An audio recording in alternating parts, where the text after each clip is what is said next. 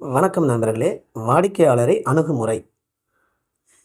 அன்பான நண்பர்களே, ஒரு வியாபாரத்தின் உண்மையான பலம் அதன் ப்ராடக்ட் அல்ல, அதன் கஸ்டமர் தான். ஒரு கஸ்டமர் இல்லை என்றால் எந்த வியாபாரமும் வளராது. வாடிக்கையாளரை அணுகுமுறை ஒரு வியாபாரியின் மிகப்பெரிய திறமை. நண்பர்களே, மக்கள் பொருளை மட்டும் நினைவில் வைத்துக் கொள்ள மாட்டார்கள், அவர்களை எப்படி நடத்தினார்கள் என்பதைத்தான் நீண்ட நாட்கள் நினைவில் வைத்திருப்பார்கள். ஒரு கஸ்டமர் கடைக்குள் வரும்போது முதலில் அவரை சிரித்த முகத்துடன் வரவேறுங்கள். அந்த ஒரு சிரிப்பு கூட நான் சரியான இடத்துக்கு வந்திருக்கிறேன் என்ற நம்பிக்கையை அவர்களுக்கு கொடுக்கும்.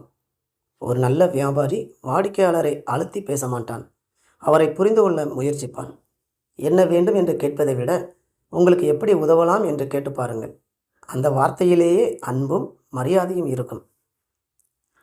நண்பர்களே, ஒரு கஸ்டமர் பேசும்போது அவரை இடையில் நிறுத்தாதீர்கள், கவனமாக கேளுங்கள். ஏனெனில் நல்ல சேல்ஸ் பேசுவதால் மட்டும் வராது, நன்றாக கேட்பதால் தான் வருகிறது. ஒருவர் வாங்காமல் சென்றாலும் முகம் சுளிக்காதீர்கள், ஏனெனில் இன்று வாங்காதவர் நாளை உங்கள் நல்ல அணுகுமுறைக்காக திரும்ப வரலாம். வியாபாரத்தில் நேர்மை மிகவும் முக்கியம். தெரியாத விஷயத்தை தெரியும் போல சொல்லாதீர்கள், குறைபாடுள்ள பொருளை மறைக்காதீர்கள். ஒரு முறை நம்பிக்கை உடைந்தால் மீண்டும் கஸ்டமர் மனதை வெல்ல மிக மிக கடினம். நண்பர்களே, வாடிக்கையாளரை ராஜாவாக பார்க்க வேண்டும் என்று சொல்வார்கள், ஆனால் உண்மையில் அவர்களை மனிதர்களாக மதிக்க வேண்டும். சில நேரங்களில் ஒரு நல்ல வார்த்தை, ஒரு பொறுமையான பதில், ஒரு மரியாதையான அணுகுமுறை, இவையே பெரிய விளம்பரத்தை விட அதிக கஸ்டமரை கொண்டு வரும். நினைவில் வைத்துக் கொள்ளுங்கள், ஒரு சாட்டிஸ்ஃபைட் கஸ்டமர் உங்கள் பிஸ்னஸ்க்கு நடமாடும் அட்வர்டைஸ்மெண்ட். ஆகையால் நண்பர்களே, வாடிக்கையாளரை பணத்துக்காக மட்டும் பார்க்காதீர்கள், உறவாக பாருங்கள்.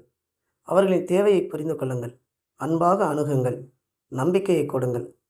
நிச்சயம் உங்கள் வியாபாரம் உயர்ந்தே தீரும். பொருளால் கஸ்டமர் வரலாம், ஆனால் நல்ல அணுகுமுறையால் தான் கஸ்டமர் நிலைத்து நிற்பார்.